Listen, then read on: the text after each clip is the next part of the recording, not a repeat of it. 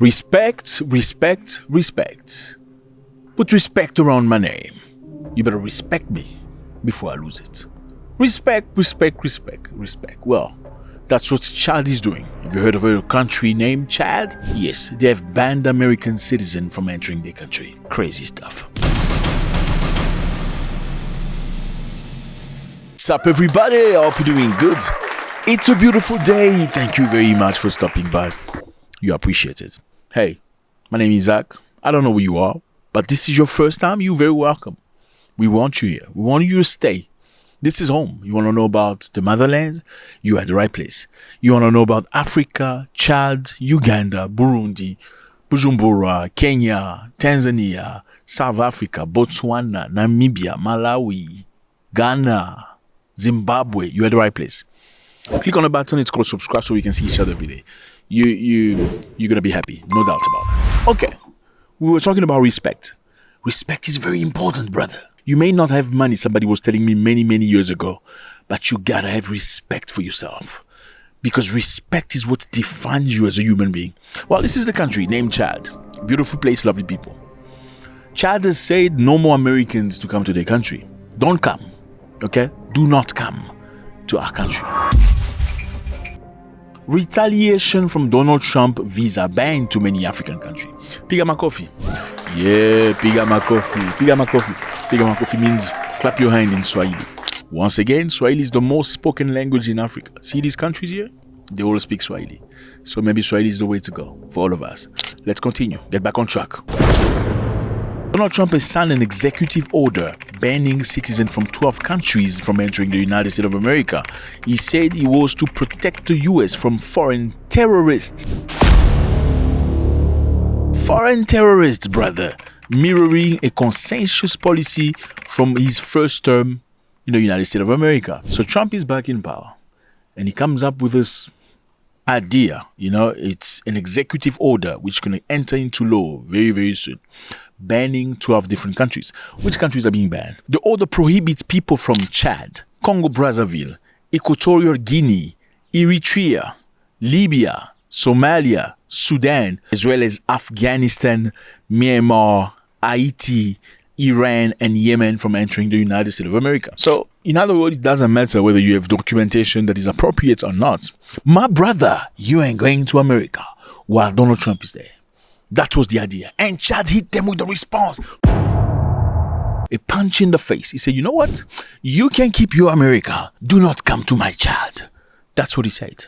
And this is crazy. This is emphatic. Piga my coffee again. You gotta piga my coffee on this. Come on. You know you gotta piga my coffee. Chad is a Central African nation, and on top of that, they're suspending all visas to US citizens as a matter of reciprocity. So even if you have a visa, bye-bye. You ain't getting into Chad. What is this? Is this self-respect or what? No, I mean, you tell me, is this self-respect? You know how this goes.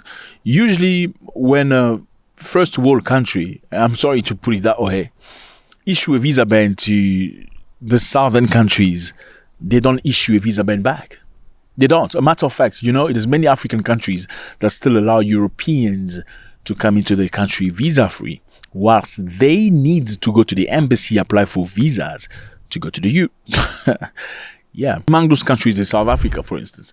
In South Africa, a passport holder from the UK, from France, from Belgium, from Germany can go to South Africa for 3 months, 90 days, visa-free. They don't ask him nothing. But African nations cannot do that.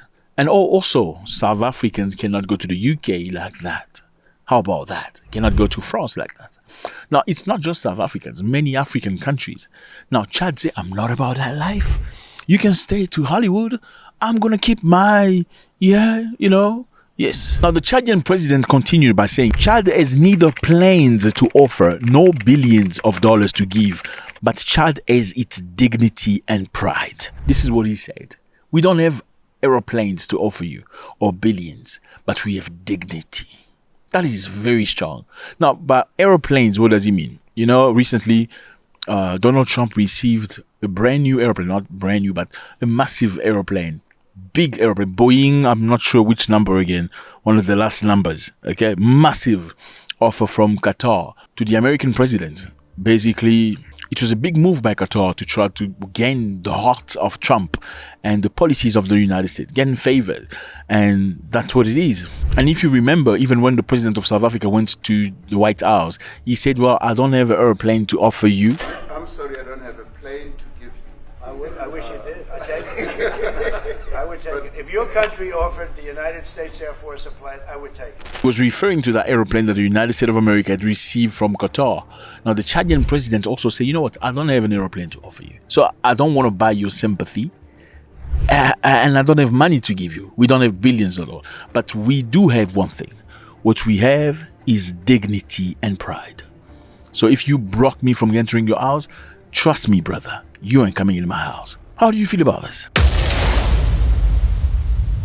Is the current president of Chad, having assumed power in April 2021 following the death of his father, President Idriss Déby Itno, who was killed during a battle with rebels. It's a lot of things right there. So this brand new president, father was also the president. He entered office in 2021, okay, after the death of his father. How did his father pass? His father passed by fighting rebels. So his father is one of those leaders that goes to front and fight. He doesn't say, hey, go down. Hey, no, none of that. And he's got a small, tiny stomach, no big stomach. You know, like Ibrahim Traore, some of these presidents with small stomach are very, very, very effective. So his father went to front to fight, okay? And he passed away over there. He got shot. He took power, okay, for transitional time. Then he went through elections, which he won. It was contested. They said irregularities, but obviously, in Africa, there's always irregularity. Now, he's become president. His father was a good friend of the French. His father had been in power for over 30 years, and he was supported by the French. The policy of the French in Africa is, you're a good guy, provided that you support us, okay? So you may be as bad as you like. You may be a dictator, unaliving people. But if you support us, if our business is functioning in your country, if you promote us, we're still going to support you. But if you're trying to be straight, too straight, like Ibrahim Traore, I'm not saying he's perfect. He's not. Nobody's perfect. You're trying to first put the interest of your people in front of my interest as France. Then we're going to call your names: terrorist, dictator, killer, unaliver, and all that stuff. Now, the father, Idriss Déby, because his name is also Idriss Déby. The father's name is Idriss Déby. This one is also Idriss Mahatma Déby, like his father. The father was promoting France. He was the friend of the French. During the father's reign, France had military stationed in Chad. They were right there in Chad for a long time because Chad was also colonized by France. Chad has a little north of 1,000 military stations in Chad. Meanwhile, they had about 100 soldiers from the United States of America in Chad. Now, this man's policy is very different. Under his leadership, Chad has taken steps to assert its sovereignty, including ending its defense cooperation agreement with France and seeking diversity in international alliances. As you can see, when he came into power, France thought it was a continuity. The child's just going to be like his father. Very similar thing they did in Gabon. So in Gabon, there was this guy here. His name is Omar Bongo. He stayed in power for about 42 years. Yes. Yeah. When he passed away, they put his son, this guy here. He also stayed in power for a long time because he continued what his father was doing. Opportunities for French, making sure French businesses have the best seat and all that stuff. Now, in Chad, the father is this one. When he passed, France thought they were going to continue what they were doing with the father. They put the son. When they put the son, Emmanuel Macron made some funny comment. He was trying to be weird. He said to them, you know what? You can take your stuff and leave. Bye-bye. Leave my country. So he put an end to a long-term agreement his country had with France due to colonialism. Now, like I said earlier, USA also had military base in Chad for counter-terrorism purposes. America has got bases in Africa, at least had bases with the goal of surveilling terrorists, make sure we can see where the terrorists are so they don't come to the United States of America. Let's rather chase them from Africa and make sure they... So Chad was one of those spots where America had soldiers. As early as 2024, US maintained a small contingent of about 100 troops in Chad, primarily engaged in counter-terrorism operation against groups like Boko Haram and ISIS in the Lake Chad region. These forces operated from bases such as Aji Kosei air base near the capital, Jamena. However, in April 2024, the Chadian Air Force chief ordered US forces to halt activities in this base, citing a lack of documentation justifying their presence. Lack of documentation justifying your presence. You need to leave. You signed a contract with my father a long time ago. It's not valid anymore. You need to leave. So after he asked the French to leave, they stopped the cooperation. He asked Americans to leave too. What does that sound like? Very similar to Mali, Burkina Faso, and Niger. Well, look at them where they are on the map. They're on the same area, the Sahel region. Following this directive, what happened? US withdrew approximately 60 troops to Germany in May 2024 as part of a temporary repositioning. Delinquents, they haven't paid their fees, they haven't paid their NATO fees, and they're way off, and they've been off for years, and they have no intention of paying it, and the United States has been taken advantage of on trade and on military and on everything else for many years, and I'm here, and I've been straightening it out. So he's not a weak guy. He's not one of your presidents. Oh, yes, we've just been banned from trade. Oh, yes, boss, I'm opening up also this door so you can come. No, none of that. Remember in Zimbabwe, they hit them with sanctions. Zimbabwe say, okay, guys, you can actually come invest here for free. Yeah, please, you there's no tax for you, America. Please come. You remember in Lesotho, they hit them with 50% tax. And Lesotho said, oh, you can come here for free. From now on, we're actually opening the border for all Europeans. You can come for free. Come, please come. Oh, by the way, Starlink. Okay, yeah, you can bring Starlink too. Even though we asked you prior to pay 30% equity of your company to the black people in our nation so they can be involved in the market. But no, for you, no, you can come. Now, Chad is not about that life. Pick up my coffee or what? Yeah. Now, the question is, why did Trump issue this? What triggered it? They say Trump cited an attack in Boulder, Colorado, as the reason why he triggered this thing to happen. Where a man threw a petrol bomb into a crowd of pro-Israel demonstrators as a proof of the need for the immigration curb. So Trump saying there was a guy who threw a petrol bomb to pro-Israel march. You know, some people, whatever. And because of that guy, we're going to ban all these other countries. Is that fair? Why don't you arrest the guy and throw him in jail? Like, Trump said, we don't want them. We don't want these people. Okay? He said recent terrors in Boulder, Colorado has underscored the extreme danger posed to our country by the entry of foreign nationals who are not properly vetted. He continues saying, we don't want them. They mustn't come here. Who is this person that did this? This person's name is Mohammed Sabri Soliman. He was charged with a federal hate crime as well as an array of states. So Soliman, where is he from? He's from Egypt. Okay, Egypt national. Do you even see Egypt on the list? I don't think I saw Egypt on the list.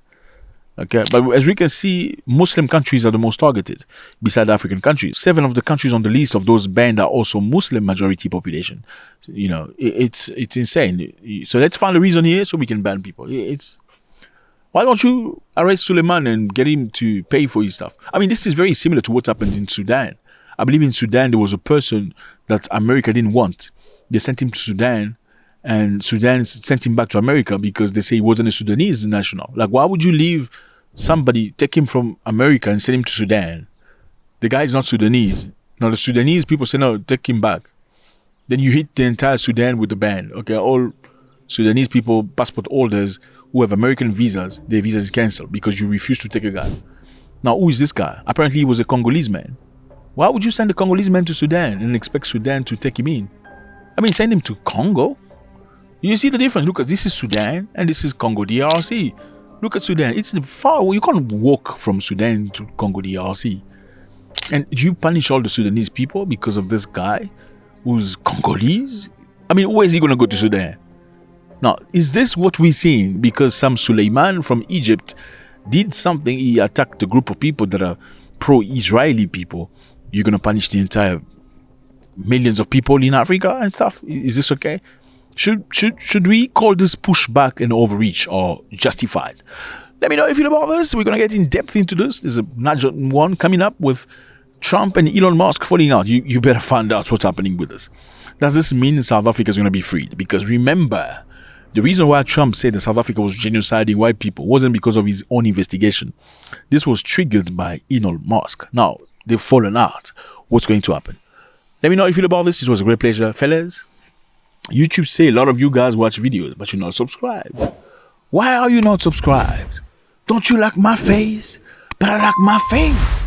And I like yours. No, I've never seen you before. God bless.